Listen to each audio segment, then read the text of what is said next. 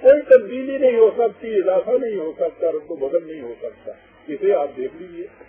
اور اس کے بعد اعلان کیا کہ قیامت تک اب کوئی شخص تم سے آ کے یہ نہیں کہہ سکتا کہ میری بات مانو، یہ بات میری نہیں، خدا کی بات ہے۔ اب کوئی یہ نہیں کہہ سکتا ختم نبوت کے یہ معنی ہیں۔ اتنی بڑی آزادی کی نعمت ہے جس سے کہ نوع انسانی کو نوازا گیا۔ اس کتاب کو تم دیکھ لو، یہ تمہارا ٹھکا ہے، مان لو، اس کے سامنے سر تسلیم ہم کر لو۔ اس کے بعد کوئی انسان ایسا نہیں آئے گا جو تم سے یہ کہے کہ اپنی بات منوائے کہ یہ خدا نے مجھے کہا ہے اور میں خدا کا حکم تمہیں دے رہا ہوں۔ یہ ہے وہ چیز تھی۔ علامہ اقبال نے لکھا ہے اسلام کا بنیادی تخیل یہ ہے کہ اب گہی کا دروازہ بند ہو چکا ہے۔ اس بنا پر ہمیں دنیا کی سب سے زیادہ آزاد قوم ہونا چاہیے۔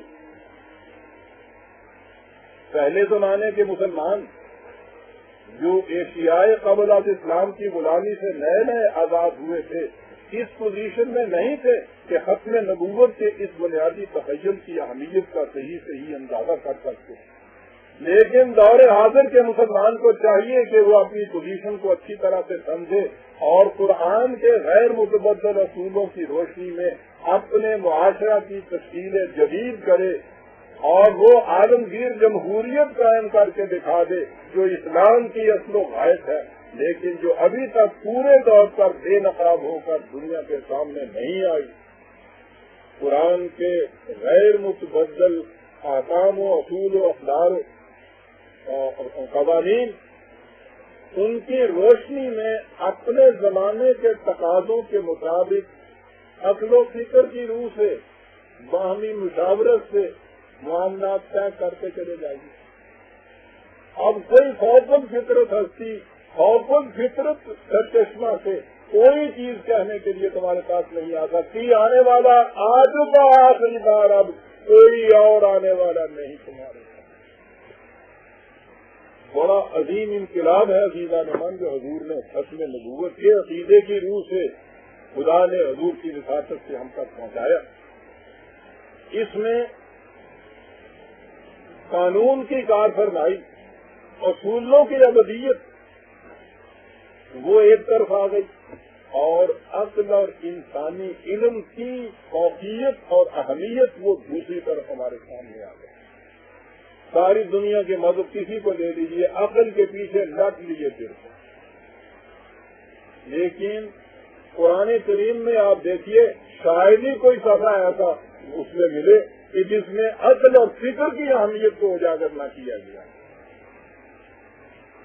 یہ ختم نبوت کا ہی صدقہ ہے حقیقت میں۔ اور پھر نبی اکرم صلی اللہ علیہ وسلم نے ان چیزوں کی تشریح جس طرح سے فرمائی، دو چار روایتیں ہمارے سامنے آتی ہیں۔ ایک روایت میں ہے کہ حضرت ابن عباس حضرت عائشہ صدیقہ رضی اللہ تعالیٰ عنہ کی خدمت میں حاضر ہوئے اور عرض کیا کہ اے ام المؤمنین، ایک شخص رات کو زیادہ سوتا ہے اور کم عبادت کرتا ہے اور دوسرا زیادہ عبادت کرتا ہے اور کم سوتا ہے، آپ کے نزدیک دونوں میں سے کون سا زیادہ پسندیدہ ہے؟ انہوں نے حضرت عائشہ سے پوچھا۔ حضرت عائشہ نے فرمایا کہ ایک دفعہ میں نے ایسا ہی سوال رسول اللہ صلی اللہ علیہ وسلم سے کیا تھا تو آپ نے جواب دیا تھا کہ ان میں سے جو زیادہ عقل مند ہے وہ ہے زیادہ پسندیدہ خدا کے نزدیک۔ میں نے عرض کیا یا رسول اللہ، میں نے تو ان کی عبادت کے متعلق پوچھا تھا، آپ نے فرمایا کہ اے عائشہ ان کی عقلوں کے متعلق سوال ہوگا، پھر جو شخص زیادہ عقل مند ہوگا اور قوانین خداوندی کی پابندی اس طرح سے کرے گا وہی دنیا اور آخرت میں افضل ہوگا۔ دنیا مذاہب میں عام طور پہ پرہیزگاری، تقوی وہ یہی گنا جاتا ہے جو زیادہ نمازیں پڑھنے والا، زیادہ روزے رکھنے والا، زیادہ تخشف کی زندگی بسر کرنے والا ہوتا ہے۔ حضور نے یہ فرمایا کہ یاد رکھو مسلمانوں میں کامل ایمان اس کا ہے جس کے اخلاق سب سے اچھے ہیں۔ ایک دفعہ آپ نے فرمایا صحابہ سے کہ میں تمہیں بتاؤں کہ نماز اور روزہ اور حج اور زکوٰۃ سے بھی ایک افضل عمل ہے زندگی کا اور جو ساری زندگی کرنا پڑتا ہے. یقیناً انہوں نے پوچھا ہوگا کہ فرمائیے.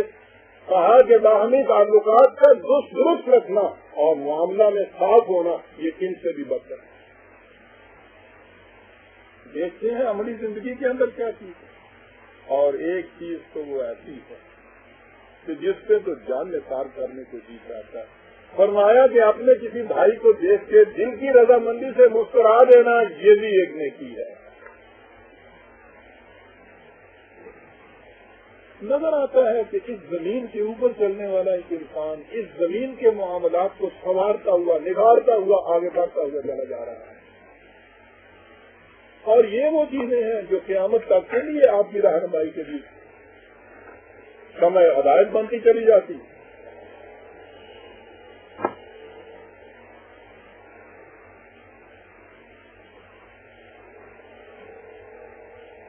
قرآن کریم کی اس تعلیم اور حضور کی اس عملی زندگی کا نتیجہ یہ تھا کہ توہم پرستیاں ہر قسم کی آپ نے اٹھائی. سب سے بڑی خدمت جو انسانیت کی جیون ہو سکتی ہے عقل و فکر کا فروغ قرآن کی رہنمائی کے لیے اور توہم پرستیوں سے اس کے ذہن کو اٹھا دیا جائے. اگر توہم پرستیوں سے انسانوں کو آپ نکال دیتے ہیں ان کی زندگی تاریکیوں سے روشنی کے اندر آ جاتی ہے. کس طرح حضور نے اس کا عملی ثبوت دیا. مشہور واقعہ ہے کہ حضور کے اس چھوٹے سے بیٹے کا انتقال ہوا. اتفاق کی بات کہ اس دن سورج کو گرہن حاصل. یہ بات تو آج کے زمانے میں بھی کہیں ہو دنیا تہذیب و تمدن میں تو اس میں بھی لوگ رخ کر لیں گے اس کی طرف کہ آپ واقعی بڑے انسان ہیں. عرب کی دنیا اس زمانے کی دنیا جہالت توہم پرستی وہ ہجوم کر کے حضور کے پاس آ جائے کہ ہم آج ایمان لاتے اس بات کے اوپر کہ آپ واقعی کرتے ہیں خدا کے رسول. آپ نے فرمایا کہ یہ تو بڑی خوشی کی بات ہے کہ تم ایمان لاتے ہو لیکن میں ذرا اس کی وجہ بھی تو معلوم کر لوں کہ ایمان بلا وجہ تو ایمان نہیں ہوتا. عزیزان من یہ بھی عجیب چیز ہے قرآن کی. انہوں نے کہا کہ اس سے بڑی چیز آپ کی صداقت کا دلیل اور کیا ہوگی کہ آپ کے بیٹے کی وفات ہوئی اور آسمان کے جرائم فلکی نے بھی ماتمی لباس پہن لیا اور سورج جو ہے سیاہ پوش ہو گیا. آپ کی صداقت کی اس سے بڑی دلیل کیا ہوگی.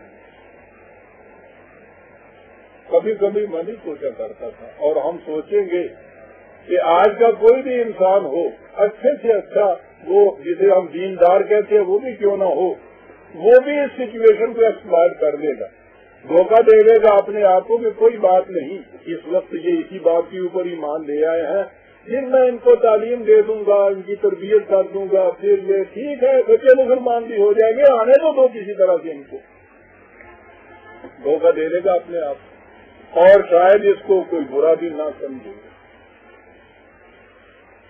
لیکن اس رسول انقلاب آفرین صلی اللہ علیہ وسلم کو دنیا کے سامنے ایک نمونہ پیش کرنا. آپ نے ان سے کہا کہ بھائی آپ نے یہ جو سمجھا ہے یہ غلط سمجھا ہے. 1400 سال پہلے کی بات ہو رہی ہے عزیزان من. چاند سورج کو گہن خدا کے طبیعیاتی قوانین کے تابع لگتا ہے. اس میں کسی کا بیٹا تو ایک طرف کسی کی اپنی موت زندگی کا بھی کوئی سوال نہیں ہوتا. لہذا